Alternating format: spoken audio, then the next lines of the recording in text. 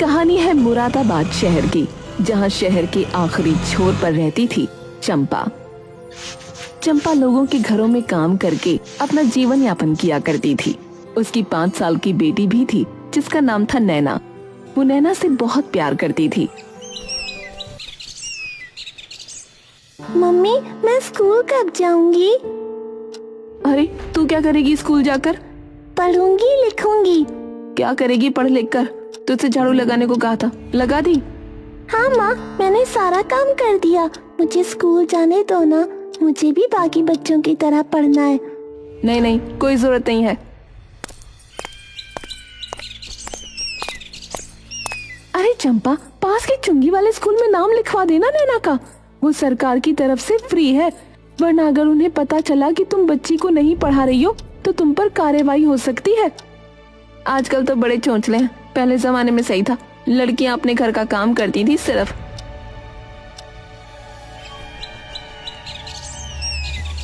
मजबूरन अगले दिन जाकर चंपा ने नैना का एडमिशन करवा दिया।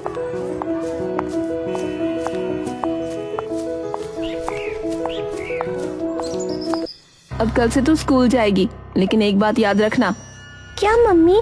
कभी किसी अनजान इंसान से मत बात करना। कोई अजनबी मिले और वो कोई तुझे चीज दे तो मत खाना बिल्कुल। ठीक है मम्मी, नहीं खाऊंगी। और हाँ, घर का काम ना छूटना चाहिए स्कूल के चक्कर में। नहीं छूटेगा माँ।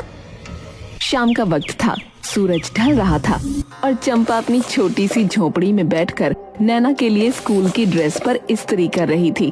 तभी राधा फिर से आ गई। चंपा रसोई में जाती है और 2 कप चाय तैयार करती है। फिर दोनों सहेलियां चाय की प्याली लेकर चौखट पर बैठ जाती हैं। तो अब तो तू स्कूल वाली मम्मी बन गई है। हाँ, बहुत दिन से पीछे पड़ी थी नैना, मेरे तो ये सब समझ में नहीं आता। हाँ वो तो है। अच्छा खैर, अब मेरा एक पुराना हिसाब तो बाकी है। क्या मतलब? याद है ना, तूने मुझसे कुछ साल पहले 5,000 रुपए लिए थे, अब तक 1 रुपया न दिया। हर बार बहाने बना देती है। राधा, तू जानती है ना मेरी हालत कैसी है। कभी नैना बीमार पड़ गई, कभी काम छूट गया, अब किसी तरह उसका एडमिशन कराया है। बस थोड़ा वक्त और दे दे, लौटा दूंगी ना तुझे। तो हमेशा अपनी मजबूरी गिनवाती रहती है, मेरी सुनती है कभी? मैं भी अकेली हूँ, घरों में झाड़ू पोंछा करती हूँ, मेरे भी सपने हैं। माफ कर दे राधा, मैं जल्दी तुझे सब लौटा दूंगी। मेरी बच्ची बीमार है चंपा, उसका इलाज कराना है, अब तो दे दे। हाँ हाँ दे दूंगी। राधा तुनक कर उठती है और बिना कुछ कहे चली जाती है।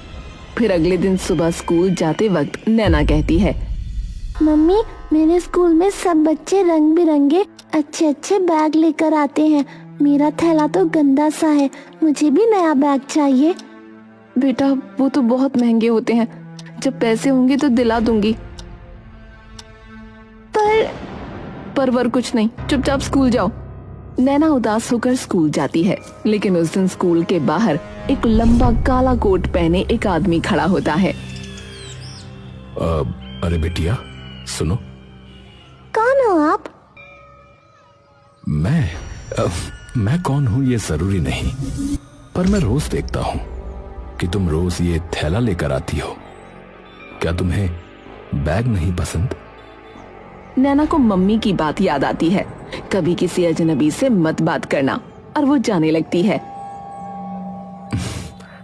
अच्छा, अगर मैं तुम्हें एक नया बैग दिला दूं तो? बिल्कुल वैसा जैसे तुम्हारे स्कूल के बाकी बच्चों के पास है। सच्ची? हाँ बेटिया, चलो पास की दुकान तक चलते हैं। नैना उस अजनबी के साथ चल पड़ती है और जाकर बैग ले लेती है। कैसा लगा? बहुत अच्छा, अब मैं सबकी तरह बैग लेकर जाऊंगी, मजा आएगा। हाँ बच्ची, चलो अब जाओ। नैना वहाँ से स्कूल चली गई और फिर जब शाम ढली तो नैना स्कूल से लौटकर घर में दाखिल हुई। उसके हाथ में रंग बिरंगा चमचमाता नया बैग था। जैसे ही चंपा की नजर उस बैग पर पड़ी, उसकी आंखें हैरानी से फैल गईं। ये बैग नैना तुझे कहाँ से मिला? स्कूल के बाहर एक अंकल मिले थे, उन्होंने दिला दिया। क्या? एक अजनबी ने? मैंने तुझे कितनी बार समझाया किसी अजनबी से बात मत करना, और तू उससे बैग भी ले आई। मम्मी वो बहुत अच्छे थे, बोले मैं रोज पुराना थैला लाती हूँ तो बैग दे दिया। अच्छा, अब तुझे अच्छे बुरे की समझ आ गई। कौन था वो? नाम पता कुछ बताया? नहीं मम्मी, कुछ नहीं बताया, बस दिया और चले गए। चंपा का चेहरा डर और गुस्से से तमतमा उठा, उसकी सांसें तेज हो गईं। सुन ले नैना, अगर वो आदमी दोबारा दिखे तो ये बैग ले जाकर वापस दे देना, और दोबारा उससे बात की तो देखना मैं क्या करूंगी। ठीक है मम्मी। अगले दिन नैना स्कूल गई, लेकिन वो अजनबी उसे नहीं मिला। लेकिन परसों स्कूल के बाद फिर वही लंबा काले कोट वाला आदमी स्कूल के बाहर खड़ा था। अरे बेटिया, बैग कैसा लगा? अच्छा लगा, पर मम्मी ने बोला है आपको वापस देना। अरे बैग बाद में ले लूंगा, पहले ये बताओ आइसक्रीम खाओगी? नैना की आंखें चमक उठी। आइसक्रीम जो उसने कभी खाई ही नहीं थी, लालच ने मासूमियत पर जीत पाली। हाँ। अजनबी उसे पास की दुकान पर ले गया, सबसे बड़ी चॉकलेट आइसक्रीम दिलाई। नैना तो जैसे किसी सपने में थी, वो खुशी से उछलती रही और बैग वापस देने की बात भूल गई। चलो अब घर जाओ, मैं फिर मिलूंगा। अच्छा? अंकल आपका नाम क्या है? तुम मुझे अजनबी अंकल कह सकती हो, ठीक है? ठीक है अजनबी अंकल, बाय बाय।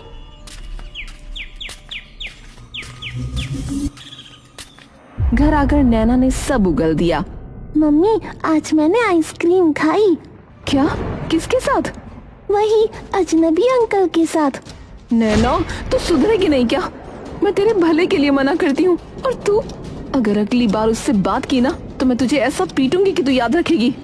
नैना डर के मारे सिमट गई, लेकिन कहीं न कहीं उसे वो अजनबी अच्छा लगने लगा था, क्योंकि वो उससे प्यार से बात करता था, मिठास से बोलता था, जैसे उसका कोई अपना हो। और फिर एक दिन सब बदल गया। नैना स्कूल तो गई, पर छुट्टी के बाद वापस नहीं आई। चंपा की सांसें थम गईं। 4 बजे, 5 बज गए, 6 भी बज गए, नैना नहीं आई। हे भगवान, मेरी बच्ची, कहीं वो अजनबी उसे किडनैप करके तो नहीं ले गया? नहीं नहीं, ऐसा नहीं हो सकता। शाम ढलने लगी थी, सन्नाटा गहराता जा रहा था। चंपा लगभग पागल हो चुकी थी, और नैना खिलखिलाती हुई अंदर दाखिल हुई। नैना, तू कहाँ चली गई थी? मम्मी आज मैं अम्यूजमेंट पार्क गई थी, झूले लगे थे गोल गोल। किसके साथ? अजनबी अंकल मुझे ले गए थे। तुझे कितनी बार कहा उससे मत मिलना, तू मेरी एक नहीं सुनती। आज तो तूने मेरी जान ही निकाल दी। अरे मम्मी, मैंने क्या कर दिया? चंपा उसके 2 जोरदार थप्पड़ मारती है। नैना बुरी तरह रोने लगती है कि तभी बाहर से राधा दौड़ती हुई आती है। चंपा, क्या हुआ? क्यों मार रही है बच्ची को? तू ही बता राधा, मैं इसे रोज समझाती हूँ, लेकिन ये रोज उस अजनबी से मिलती है। आज तो बिना बताए पार्क चली गई। अरे ओ पगली, बच्ची है, उसे क्या पता कौन है अच्छा है कौन बुरा है। तो मारने की बजाय उस आदमी का पीछा करना, देख कौन है वो, क्या चाहता है। हाँ, तू सही कह रही है, अब यही करना पड़ेगा। अगली सुबह उसकी आंखों में वो ममता नहीं थी जो रोज नैना को स्कूल भेजते वक्त चमकती थी। आज उसमें चिंता थी, डर था। आज चाहे कुछ भी हो जाए, मैं उस अजनबी को देखे बिना लौटूंगी नहीं। मम्मी क्या हुआ? कुछ नहीं, जल्दी जा और सीधे स्कूल जाना, कहीं और मत रुकना। नैना स्कूल की ओर बढ़ गई। उसके पीछे कुछ दूरी पर चंपा ने अपनी चुन्नी कसकर बांध ली और चुपचाप उसका पीछा करने लगी। पर स्कूल के बाहर कोई अजनबी नहीं था। चंपा छिपकर घंटों बैठी रही, लेकिन कुछ नहीं हुआ। अगले दिन फिर वही सिलसिला। नैना स्कूल गई, चंपा ने पीछा किया, लेकिन वो आदमी नहीं दिखा। आ क्यों नहीं रहा है? 1 हफ्ता बीत गया। उसने राधा को ये बात बताई। राधा, मैं थक गई हूँ, हर रोज जाती हूँ, बैठती हूँ, छिपती हूँ, पर वो नहीं आता। हो सकता है उसने तुझे देख लिया हो और अब वो छिप रहा हो, और शायद वो तुझे जानता हो और तुझसे बच रहा हो। हाँ, तो राधा एक काम कर, कल तू मेरी बेटी का पीछा करना। अगर वो अजनबी मिले तो मुझे फोन करना और पुलिस को भी बता देना। ठीक है, कल मैं जाऊंगी, देखती हूँ कौन है ये छुपा रुस्तम। अगले दिन राधा छिपकर नैना का पीछा करती है। नैना स्कूल जाती है और छुट्टी के समय जब वो बाहर निकलती है तभी दूर से वही अजनबी आता दिखाई देता है। लंबा संजीदा चेहरा, वही काला कोट। अरे बिटिया, कैसी हो? अंकल। आज स्कूल से सीधे मेरे घर चलोगी? मम्मी मानेगी नहीं। बस थोड़ी देर की बात है। झूले हैं, चॉकलेट है और हाँ, आइसक्रीम भी। नैना का मन पिघल गया। वो मुस्कुराते हुए उसके साथ चल दी। राधा दूर से ये सब देख रही थी। अजनबी एक आलीशान बंगले के बाहर आकर रुका। बड़ा सा गेट, संगमरमर की सीढ़ियां और बगीचे में खिले महंगे फूल। राधा के लिए ये सब किसी सपने के जैसा था। ये तो कोई अमीर आदमी लगता है, पर ये नैना को क्यों लेकर आया है? राधा दौड़ते हुए वापस चंपा के पास गई। चंपा, जल्दी चलो, मैं तुम्हें उस आदमी का घर दिखाती हूँ। चलो, पुलिस को भी फोन कर दिया है। दोनों भागती हुई उस बंगले के पास पहुंची। लेकिन जैसे ही चंपा ने वो घर देखा, उसके पैर जैसे जमीन में धंस गए। उसकी आंखें चौड़ी हो गईं और सांसें अटक गईं। ये तो उसी वक्त गेट खुला और वही अजनबी नैना का हाथ पकड़े हुए बाहर निकला। नैना, इधर आ। चलो चंपा, उसके पास चलते हैं, बेटी को वापस लाना है। लेकिन चंपा का पैर एक कदम भी नहीं बढ़ा। ये औरत मेरे पास नहीं आएगी, क्योंकि इसके दिल में चोर है। ये एक वक्त पर मेरे घर में काम करती थी। क्या? 4 साल पहले राजीव और सोनिया एक खुशहाल दंपत्ति थे। उनका एक ही सपना था, एक प्यारा सा बच्चा। राजीव, मैं प्रेग्नेंट हूँ। क्या कहा? अरे वाह, ये तो सबसे बड़ी खुशखबरी है। उसी दौरान चंपा भी उन्हें बताती है कि वो गर्भवती है। मालिक, मैं भी मां बनने वाली हूँ। अरे वाह, घर में 2 खुशखबरियां।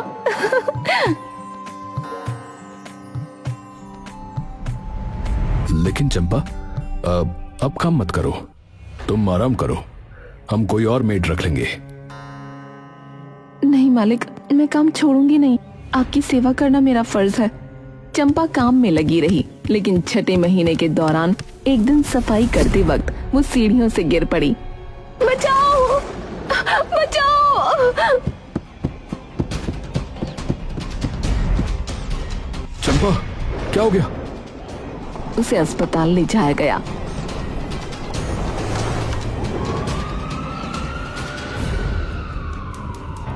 डॉक्टर ने बताया कि उसका गर्भपात हो गया है। अफसोस, बच्चा बच नहीं पाया। चंपा बिलख बिलख कर रोने लगी। तुम लोग जिम्मेदार हो।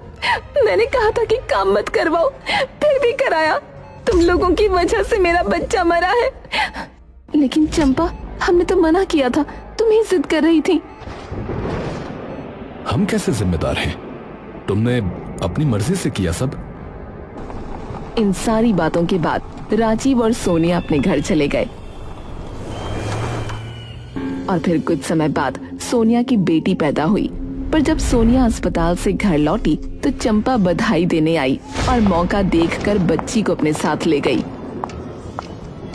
राजीव ने पूरा शहर छान मारा, हर थाने में रिपोर्ट लिखवाई। मेरी बच्ची मुझे चाहिए। कोई उसे ढूंढो, कोई उसे ढूंढो। राजीव, तुमने चंपा को हमारे घर आने ही क्यों दिया? मुझे मेरी बच्ची चाहिए किसी भी हाल में। लेकिन चंपा का कोई अता पता नहीं था, न कोई फोटो, न कोई असली नाम।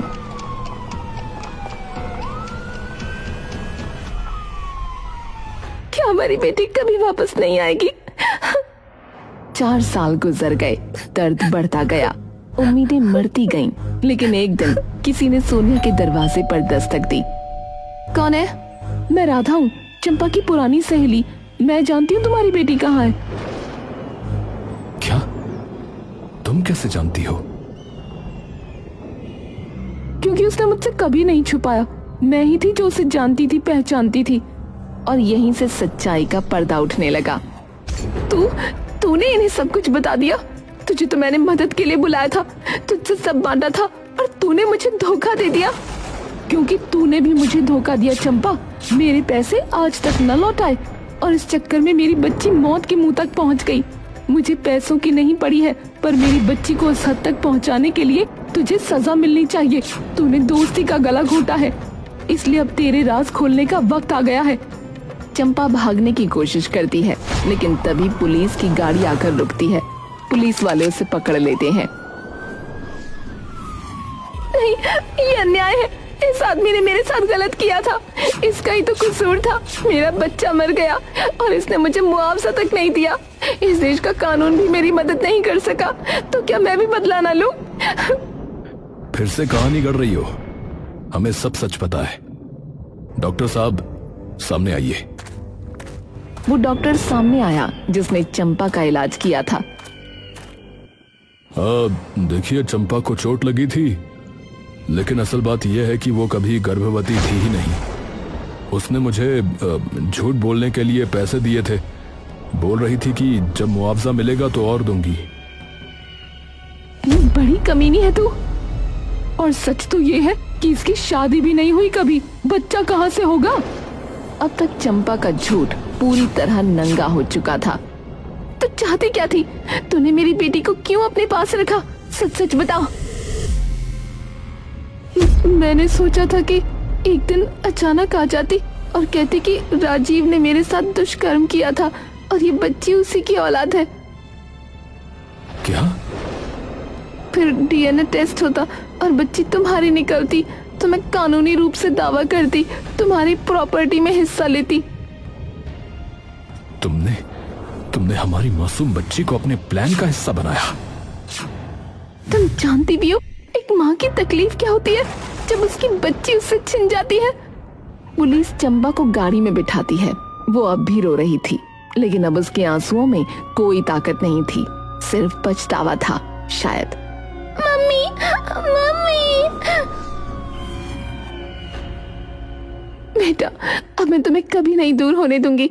अब कोई तुम्हें मुझसे नहीं छीन सकता। अब तू हमारे साथ रहेगी, हमेशा के लिए। मेरी मम्मी। वो तुम्हारी मम्मी नहीं है, मैं हूँ। हम अजनबी नहीं है बेटा, अपने हैं। 4 साल बाद एक टूटा हुआ रिश्ता फिर से जुड़ गया और एक मासूम बच्ची को उसके सच्चे माँ बाप वापस मिले। लेकिन चाहे स्वार्थ के लिए किया हो, पर चंपा भी कहीं न कहीं नैना के साथ ममता के बंधन में बंध गई थी।